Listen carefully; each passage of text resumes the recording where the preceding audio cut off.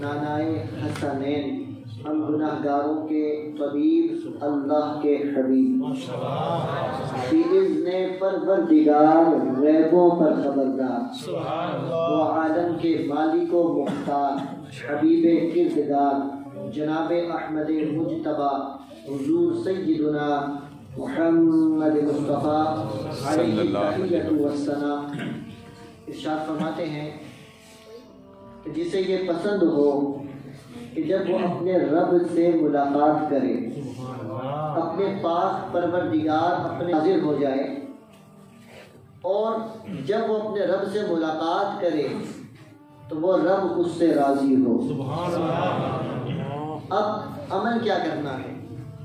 فرمایا جو بندہ یہ خواہش رکھتا ہے کہ میں جب رب سے ملوں تو میرا رب مجھ پر جلال میں نہ ہو، مجھ سے ناراض نہ ہو، مجھ پر غضبناک نہ ہو، کہیں ایسا نہ ہو کہ اللہ رب العزت مجھ سے ناراض ہو، اگر یہ چاہتا ہے کہ میں جب رب کے حضور جاؤں تو میرے رب کی رحمت آگے بڑھ کر میرا استقبال کرے، میں جب رب کی بارگاہ میں جاؤں تو میرا پروردگار مجھ سے خوش ہو، میں جب رب کے حضور حاضر ہوں تو میرا رب مجھ سے راضی ہو۔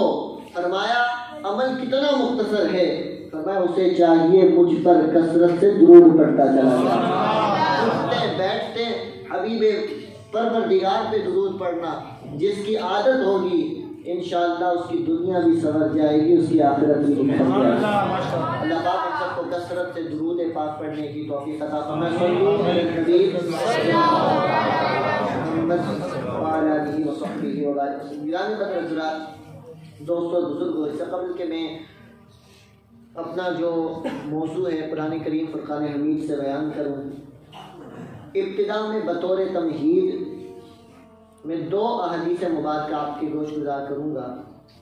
اگر دھیان سے سنیں گے، توجہ سے سنیں گے تو انشاءاللہ قرآن کریم کی جو منتخب آیات آپ کے سامنے میں پیش کروں گا اسے سمجھنے میں آسانی رہے گی، اور خصوصاً جو ہمارے نوجوان حضرات ہیں اور ہمارے بچے وہ جو ابھی بلوغت تک پہنچے ہیں، بالخصوص وہ توجہ کریں کہ عقیدے کی بات کر رہا ہوں، کہ جب تک آپ اپنے عقائد سے واقف نہیں ہوں گے آپ اپنے عقیدے میں پختہ نہیں ہو سکیں گے۔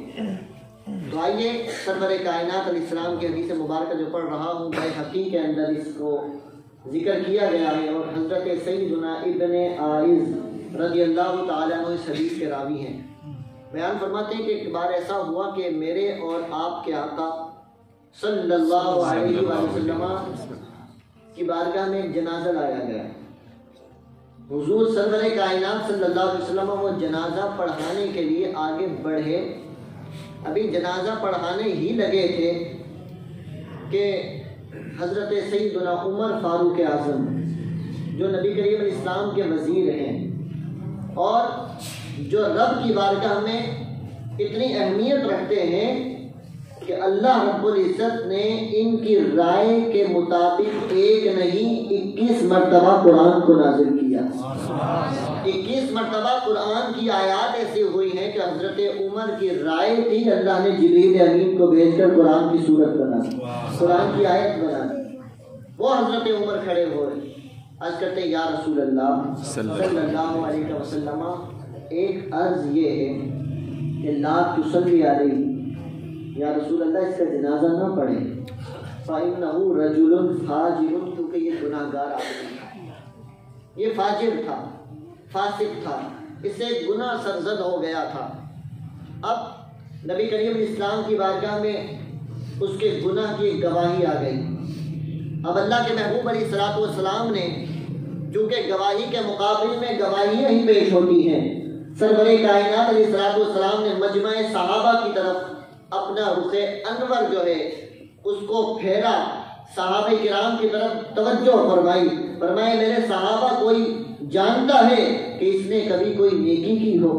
اس کے گناہ کی گواہی تو آ گئی، کیا اس کی نیکی پر کوئی گواہ ہے؟ ایک صحابی ہاتھ اٹھاتے ہیں، یا رسول اللہ صلی اللہ علیہ وسلم، میں آپ کی بارگاہ میں آپ کو حاضر و ناظر جانتے ہوئے یہ بات عرض کروں گا، یا رسول اللہ ایک رات میں نے اسے دیکھا تھا کہ سب سردی کی رات تھی، سب مجاہدین اسلام اپنے اپنے خیموں میں آرام کر رہے تھے اور یہ فی سبیل اللہ سرحد اسلام پر پہرا دے رہا تھا۔ نبی کریم علیہ السلام نے جب اس گواہی کو سنا، حضور نے آگے بڑھ کر اس خوش نصیب کا جنازہ پڑھا دیا۔ جب آپ کا میرا جنازہ ہمارا پیر اگر پڑھا دے نا تو ہماری خوشیوں کی معراج ہوئی نا۔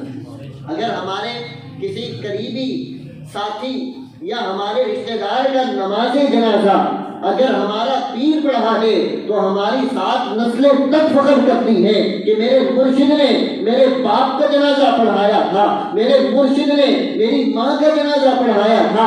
ہم اسے مغفور سمجھتے ہیں، ہم اسے مرحوم سمجھتے ہیں کہ رب تعالیٰ کی اس پہ رحمت ہو گئی، اللہ کی طرف سے مغفرت کی گویا سند مل گئی۔ قربان جاؤ اس مرد ایک قلندر پر، اس خوش نصیب پر کہ جس کا جنازہ آمینہ کے لال نے پڑھا دیا ہے، جس کا جنازہ نبیوں کے سردار نے پڑھا دیا ہے، جس کا جنازہ سید المعصومین نے پڑھا دیا ہے۔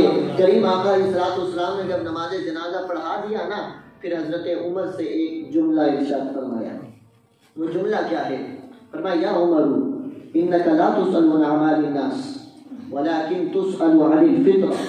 فرمایا عمر قیامت کا دن ہوگا، اللہ تعالیٰ تجھ سے لوگوں کے عملوں کے بارے میں نہیں پوچھے گا کہ عمر بتا فلاں نے نماز پڑھی تھی کہ نہیں پڑھی تھی، فلاں نے روزہ رکھا تھا کہ نہیں رکھا تھا، فلاں نے حج کیا تھا کہ نہیں کیا تھا، زکوٰۃ دی تھی یا نہیں دی تھی۔ فرمایا یا عمر انک لا تسأل عن اعمال الناس، قیامت میں لوگوں کے اعمال کے بارے میں تجھ سے سوال نہیں ہوگا، ولکن تسأل عن الفطرہ، پوچھا جائے گا تو تیرے عقیدے کے بارے میں پوچھا جائے گا، تیرے نظریے کے بارے میں پوچھا جائے گا۔ تو دنیا میں عقیدہ کیا رکھتا تھا، تو دنیا میں نظریہ کیا رکھتا تھا۔ یہاں غور کرنے والی بات ہے کہ اعمال ضرور کرنے چاہیے، اور اعمال کے بغیر بھی چارہ نہیں، اعمال صالحہ کے بغیر بھی گزارا نہیں۔ اعمال صالحہ بھی ضروری ہیں، لیکن فوقیت کسے حاصل ہے کہ حضرت عمر رضی اللہ تعالیٰ جیسے جلیل القدر صحابی ہیں، جن کی رائے کے مطابق قرآن اتر رہا ہے، جو میرے آقا کے وزیر ہیں، حضرت ابو بکر صدیق کے بعد ساری امت میں سب سے افضل شخصیت ہیں، وہ گواہی دے رہے ہیں، اس کے باوجود اس خوش نصیب کا جنازہ اس لیے پڑھایا جا رہا ہے کہ وہ اللہ رسول کے بارے میں اچھا عقیدہ رکھتا ہے۔ اسی طریقے سے ایک حدیث پاک کا مفہوم ہے کہ ایک جنگ تھی اور مجاہدین اسلام بڑی جان نثاری کے ساتھ لڑائی کر رہے تھے، اور جو اسلام کی خاطر جنگ لڑتا ہے نا وہ بزدل نہیں ہوتا، اپنی جان ہتھیلی پہ رکھ کر رب کی راہ میں نکلتا۔ تو ایک نوجوان کو دیکھا بڑے جان نثاری کے ساتھ جنگ کر رہا ہے، بڑے جمع مردی کے جوہر دکھا رہا ہے۔ اب صحابہ رش کر رہے تھے، کہتے ہیں یار یہ جوان کتنا اعلیٰ درجے کا جوان ہے، کیسے خوبصورت انداز میں رب کی راہ میں جہاد کر رہا ہے، کیسے جمع مردی اور جرأت و دلیری کے ساتھ یہ جہاد کر رہا ہے۔ میرے کریم آقا علیہ السلام کو رب نے غیب کا علم عطا فرمایا تھا۔ میرے آقا کی مبارک نگاہیں وہ دیکھتی تھی جو آپ کی میری نگاہ نہیں دیکھ سکتی۔ میرے آقا نے فرمایا کہ یہ جو شخص جس کی تم تعریف کر رہے ہو نا یہ تو جہنمی ہے۔ اور صحابہ حیران ہو گئے، جو اسلام کی خاطر اپنی جان پیش کرنے لگا ہے، جو ایسی جرأت اور دلیری کا مقابلہ کر، اگر یہ جہنمی ہے تو جنت میں پھر پہنچ جائے گا۔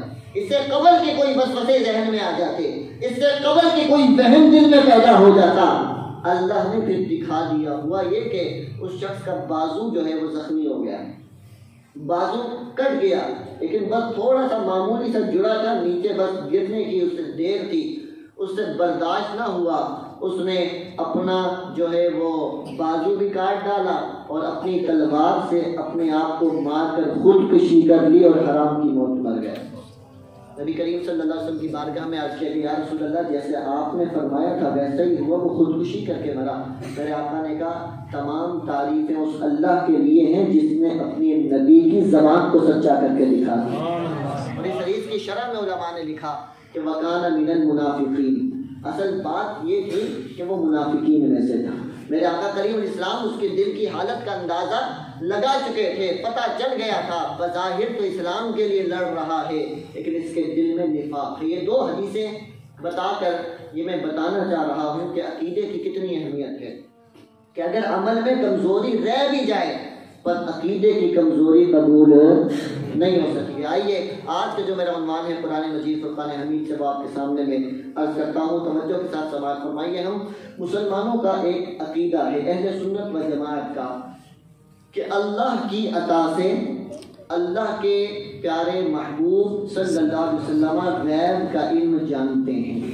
تو اس عقیدے کو پہلے سمجھیے گا، کیونکہ جس کا عقیدہ ہو اس سے پہلے پوچھا جائے تمہارا نظریہ کیا ہے۔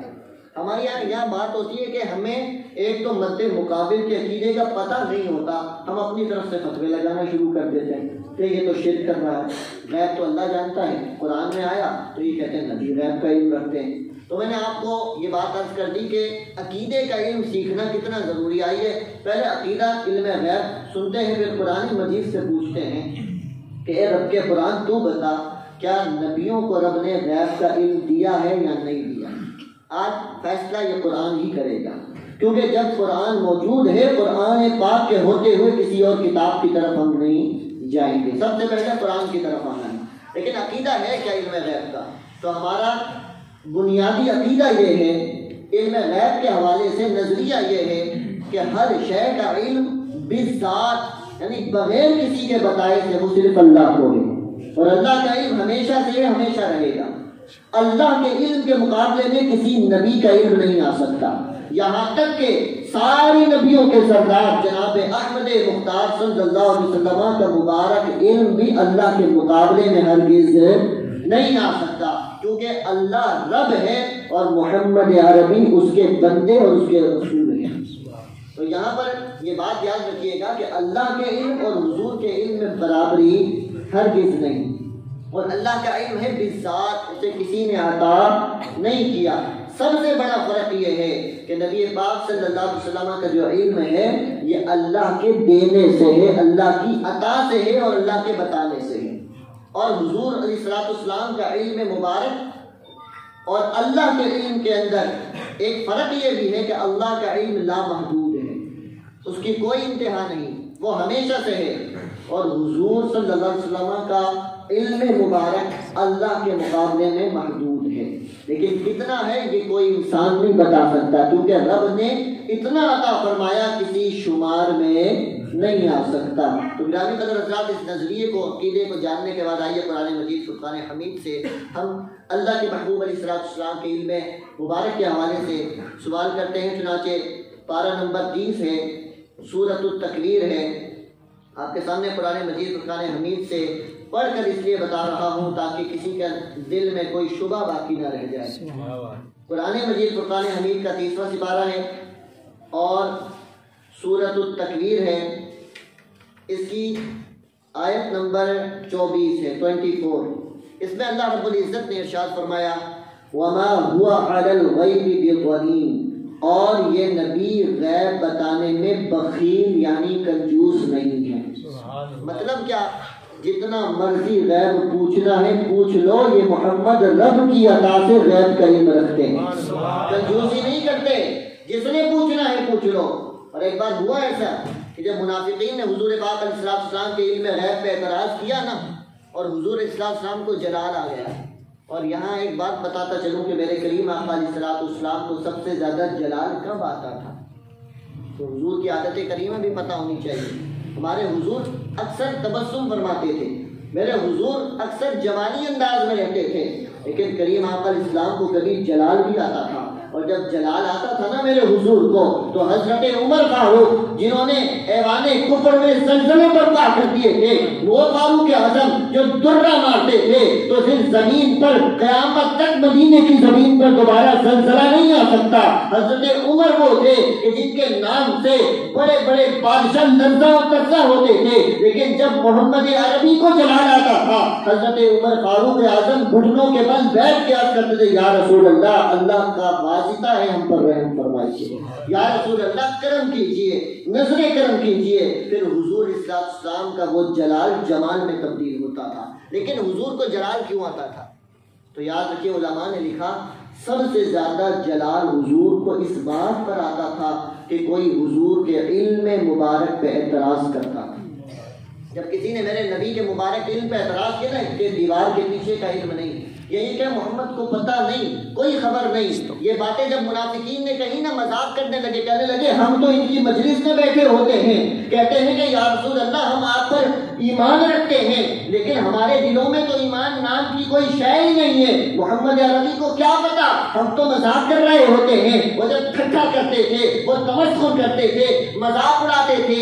ایک بات جب رب کا آرڈر آ گیا کہ ان کی پولیں کھول دی جائیں، ان کو رسوا کر دیا جائے، میرے کریم آقا اسلام جلال میں آ گئے، فرمایا اخرج یا فلاں بن فلاں، اے فلاں بن فلاں کھڑے ہو جا، مسجد سے باہر نکل جا، فإنک منافق، تو منافق ہے۔ اللہ کے محبوب علیہ السلام نے اپنے علم پاک کا پھر اظہار بھی فرمایا۔ گرامی قدر حضرات، ایک آیت کریمہ آپ کے سامنے پڑھی، فرمایا وما هو علی الغیب بضنین، یہ نبی غیب بتانے میں بخیل نہیں ہے۔ آئیے قرآن مجید فرقان حمید کی مختلف آیات آپ کے سامنے پیش کر رہا ہوں۔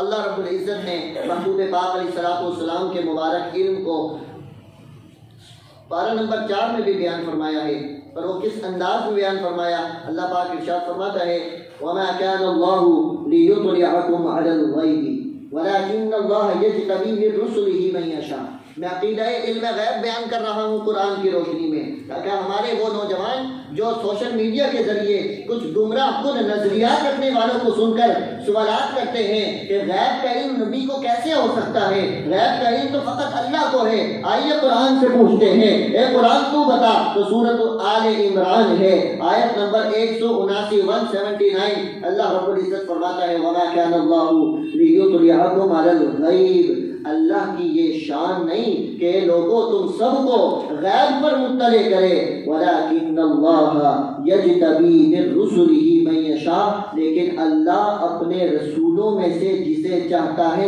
غیب کے لیے چن لیا کرتا ہے۔ کتنی واضح کریمہ ہے، یہ دو آیات پڑھتی ہیں۔ آئیے سورۃ الجن کے اندر اللہ رب العزت نے جو نبی کریم علیہ السلام کی شان کو بیان فرمایا، اور اللہ رب العزت نے حضور کے علم غیب کو بیان فرمایا، وہ بھی سنتے ہیں۔ چنانچہ اللہ رب العزت نے ارشاد فرمایا عالم الغیب، یہ توجہ سے سننے والی باتیں ہیں۔ فرمایا اللہ عالم الغیب ہے، اللہ غیبوں کا جاننے والا ہے، فلا یظہر علی غیبہ احدا، وہ اپنے غیب کو کسی ایک پر بھی ظاہر نہیں کرتا۔ یہاں تک کچھ لوگ پڑھ کے خاموش ہو جاتے ہیں۔ اب ان کی چال بتانے لگا ہوں آپ کو کہ جو عقیدہ اہل سنت سے نوجوانوں کو ہٹاتے ہیں اور کہتے ہیں قرآن میں آیا ہے کہ اللہ عالم الغیب ہے، اپنے غیب کا کسی پہ اظہار نہیں کرتا۔ میں کہتا ہوں اتنی بات تو بالکل تو درست کہہ رہا ہے، ادھر تو واقعی قرآن پڑھ رہا ہے، ہم قرآن کی اس آیت کو بھی مانتے ہیں، لیکن بات مکمل بھی تو کرو۔ آگے اسی کے ساتھ متصل اللہ تعالیٰ نے کیا ارشاد فرمایا؟ فرمایا الا من ارتضی بالرسول، مگر جس رسول پہ راضی ہوتا ہے غیب کا علم عطا کر دیتا ہے۔ اور اللہ اپنے سارے رسولوں پہ راضی ہے، اللہ نے سارے نبیوں کو غیب کا علم عطا فرمایا ہے۔ تو گرامی قدر حضرات، دوستو، بزرگوں، اللہ رب العزت نے قرآن مجید فرقان حمید اپنے محبوب پر اتار دیا، اس سے بڑا غیب کیا رہ گیا کہ قرآن کے اندر کیا ہے؟ فرمایا ولا رطب ولا یابس الا فی کتاب مبین، ہر خشک و تر شے کا ذکر اللہ نے قرآن میں رکھ دیا۔ اگر کوئی کم عقل شخص یہ کہے کہ ہمیں تو نہیں مل رہا، تو وہی تیرے علم کی کمی ہے۔ وگرنہ مولا علی مشکل کشا جیسا علم ہو تو مولا علی مشکل کشا فرماتے ہیں کہ میرے اگر چابک بھی کہیں گر جائے، مجھے مل نہ رہا ہو کہ میں نے سواری کو چلانا ہے، چابک کوڑا گر گیا، مل نہیں رہا، کہاں میں قرآن کھولوں گا، مجھے قرآن بتائے گا میرا چابک کہاں گرا پڑا ہے۔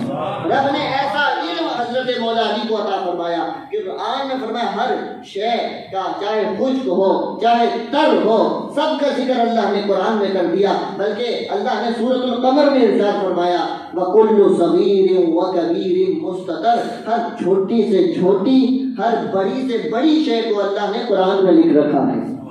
قرآن میں اللہ نے ہر شے کا بیان فرما دیا۔ فرمایا نزلنا علیک الکتاب تبیانا لکل شیء، اے محبوب ہم نے تم پر جو قرآن اتارا وہ ہر شے کا واضح بیان ہے۔ تب قرآن میں ہر چیز ہے۔ اور اللہ رب العزت نے بھی فرمایا کہ اگلوں پچھلوں کا واقعات، اگلے پچھلوں کی زندگی، ان کے معاملات، یہاں تک کہ تورات میں کیا مضمون ہے، انجیل میں کیا مضمون ہے، زبور کے اندر کیا تعلیمات ہیں رب نے قرآن کے اندر بیان فرما دی ہے. فرمایا قرآن میں ہر شے ہے. اب پوچھا گیا اے قرآن تجھ میں ہر شے کا بیان موجود ہے, تجھے جاننے والا کون ہے, تو کس پر اترا ہے, تجھے تیرا علم کس کو حاصل ہے؟ فرمایا الرحمن علم القرآن, رحمان نے اپنے بندے خاص کو قرآن کا علم عطا فرمایا. اور یہاں پر علماء تشریف فرما ہے, اس بات کو سمجھیں کہ طلباء بھی ہیں, یاد رکھیے گا علامہ یعلم تعلیم یہ پہلے متعدی ہے, یہ دو مفعولوں کا تقاضا کرتا ہے. یہاں پر کوئی وسوسہ ڈال سکتا ہے کہ بھائی یہاں تو اللہ نے فرمایا رحمان نے قرآن سکھایا, کس کو سکھایا, اس کا تو ذکر ہی کوئی نہیں. تو میں کہتا ہوں یہ کم عقل والے چھوٹے سے بچے کو بھی پتا ہے کہ یہاں بات کس شخصیت کی ہو رہی ہے, کہ قرآن نازل کس پر ہوا, لیکن پھر بھی دلیل کی بات کرتے ہو تو علامہ یعلم تعلیم یہ دو مفعولوں کو چاہتا ہے. ادھر ایک مفعول القرآن ذکر کیا گیا اور ایک مفعول محذوف ہے, وہ کیا ہے؟ علم القرآن عبدہ, اللہ نے اپنے بندے خاص یعنی محمد عربی پر قرآن نازل کیا, انہیں قرآن کا علم سکھا دیا. اس سے بھی واضح آیت میں سورۃ النساء کی آپ کے سامنے پڑھنے لگا ہوں, اس کے بعد میں دیگر آیات بینات کو عرض کروں گا. اللہ رب العزت نے اپنے محبوب کریم صلی اللہ تعالی علیہ وسلم کی شان کو کیسے واضح کیا ہے, اور یہاں پر دیکھیے عقیدہ اہل سنت روز روشن کی طرح واضح ہو رہا ہے کہ اللہ رب العزت نے کیسے محمود علیہ السلام کو علم عطا فرمایا. چنانچہ خالق کائنات جل مجدہ العلا نے پارہ نمبر 5 کے اندر اپنے محبوب کریم صلی اللہ علیہ وسلم کے غیب کے علم کو کس قدر اعلیٰ انداز میں بیان فرمایا. ارشاد فرمایا وَعَلَّمَكَ مَا لَمْ تَكُنْ تَعْلَمْ وَكَانَ فَضْلُ اللَّهِ عَلَيْكَ عَظِيمًا. ارشاد فرمائیے سورۃ النساء ہے, آیت نمبر 113, آیت نمبر 113 سورۃ النساء ہے. میں آپ کے سامنے قرآن پڑھ رہا ہوں, اب کوئی کسی کو ڈاؤٹ تو نہیں ہے کہ یہ کوئی اور کتاب ہے, آپ کے سامنے قرآن مجید کھولا ہے. یہ بات اس لیے کر رہا ہوں کہ کسی بھی شکاری کے جال میں پھنسنا نہیں ہے. بعض لوگ چرب زبان ہوتے ہیں, وہ بات پر دلائل اپنی طرف سے دے رہے ہوتے ہیں, لیکن سننے والے کو پتہ چل جاتا ہے کہ اس کے دلائل بالکل کھوکھلے ہیں, اس میں کوئی وزن نہیں, کوئی بات نہیں, کیونکہ ہمارے پاس قرآن ہے. ہم قرآن سے پوچھیں گے تو ہر چیز کا جو ہے وہ بالکل واضح بیان ہمارے سامنے آ جائے گا. تو سورۃ النساء ہے, آیت نمبر 113, اللہ رب العزت نے ارشاد فرمایا وَأَنزَلَ اللَّهُ عَلَيْكَ الْكِتَابَ وَالْحِكْمَةَ, اللہ نے اے حبیب تجھ پر, علیکا تجھ پر, کتاب اور حکمت کو نازل کر دیا ہے. وَعَلَّمَكَ مَا لَمْ تَكُنْ تَعْلَمْ, جو کچھ تم نہیں جانتے تھے وہ سب کچھ تجھے تیرے رب نے سکھا دیا ہے. وَكَانَ فَضْلُ اللَّهِ عَلَيْكَ عَظِيمًا, اور اللہ کا تجھ پر بڑا فضل ہے. اب یہ سورۃ النساء میں اللہ رب العزت نے فرما دیا کہ اے محبوب تجھے جو کچھ تو نہیں جانتا تھا میں نے سکھا دیا. اب پیچھے بات کیا رہ گئی؟ ہاں ہمارا عقیدہ یہ ہے کہ شروع سے ہی حضور کو سارے علوم نہیں تھے, یہ نہیں کہ شروع سے ہی تھے, یہ بتدریج ہوئے, آہستہ آہستہ قرآن مکمل ہوتا گیا, میرے حضور کا علم مبارک مکمل ہوتا گیا. بلکہ حضور پاک علیہ السلام کا علم مبارک کمپلیٹ کیسے ہوا, یہاں پر ایک حدیث مبارکہ بھی ہے کہ نبی رحمت صلی اللہ تعالی علیہ وآلہ وسلم ارشاد فرماتے ہیں کہ جب معراج کی رات مجھے میرے رب نے بلایا تو میں فرشتوں کی بارات کے ساتھ, پورے پروٹوکول کے ساتھ, کیونکہ سارے نبیوں کے سردار کی معراج ہو رہی ہے, اللہ تعالیٰ نے ہر نبی کو معراج کرائی ان کے مقام کے مطابق. حضرت موسیٰ علیہ السلام کی معراج یہ تھی کہ بغیر کسی فرشتے کے ڈائریکٹ رب نے ان سے کلام فرمایا ہے, یہ حضرت موسیٰ علیہ السلام کی معراج تھی. حضرت ادریس کی معراج کا ذکر رب نے قرآن میں فرمایا کہ وَرَفَعْنَاهُ مَكَانًا عَلِيًّا, ہم نے انہیں بلند مقام پر اٹھا لیا ہے. ہر نبی کو رب نے معراج کروائی ہے, لیکن جب آمینہ کے لال کی باری آئی تو اپنے عرش پر, بلکہ عرش سے بھی اوپر لامکان کی خلوتوں میں بلا دیا. سر کی آنکھوں سے جاگتے ہوئے میرے محبوب نے اپنے رب کا دیدار کیا. اور یہاں یہ بھی ایک عقیدے کی بات ہے. بعض لوگ میرے حضور کی معراج کے منکر ہیں, کہتے ہیں معراج جو ہے وہ خواب میں ہوئی تھی. اب دیکھیں نا, بات ہو محبوب کی فضیلت بیان کرنے کی اور آپ دلیلیں مانگے تو پھر آپ سچے عاشق تو نہ ہوئے نا. محبوب کو تو بہانا چاہیے ہوتا ہے, محب کو بہانا چاہیے ہوتا ہے کہ محبوب کی اداؤں کا ذکر کروں, اس کی فضیلت کو بیان کروں, اس کی خوبیوں کا بیان کروں. آج جب شب معراج آتی ہے بہت ساری مساجد پر جو ہے وہ تالے لگے ہوتے ہیں, لائٹیں بند کر دیتے ہیں, اندھیرا کر دیتے ہیں۔ وہ آج کوئی خاص رات نہیں ہے، آج کوئی خاص عبادت کا وقت نہیں ہے، بس اپنے گھروں میں جاؤ، فجر پڑھ لینا، عشاء پڑھ لینا، تمہیں عبادت کا ثواب مل جائے گا۔ بے شک ہمیں معلوم ہے کہ عشاء با جماعت پڑھو، فجر با جماعت پڑھو، پوری رات عبادت کا ثواب ملے گا، لیکن آج بات ہے عشق کی، آج بات ہے حضور کی عظمت بیان کرنے کی۔ تو جب جب شب معراج والی رات آتی ہے تو مسلمانوں کو، حضور کے عاشقوں کو چین نہیں ملتا جب تک حضور کی معراج کی محفل نہ سجا لیں۔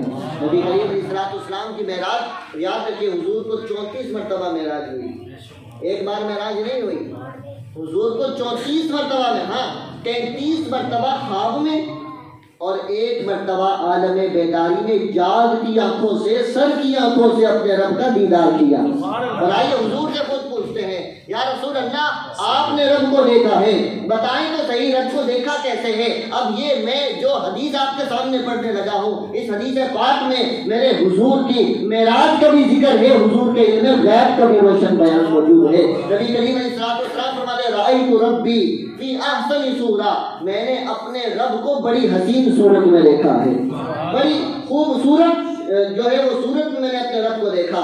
میرے رب نے مجھ سے ایک سوال کیا، اب رب اور محبوب کی باتیں ہیں نا، اب لامکان کی خلوتوں میں اپنے محبوب کو بلایا ہے تو پھر بڑی راز کی باتیں ہوئیں، ان میں سے کچھ باتیں محبوب کریم علیہ السلام نے رب کے حکم سے امت کو بتائیں، بہت ساری باتیں ابھی بتائی نہیں گئی کہ وہ راز کی باتیں تھیں، وہ رب جانے اور اس کا محبوب جانے، کہ وہ رب تبارک و تعالیٰ اور اس کے محبوب کی آپس کی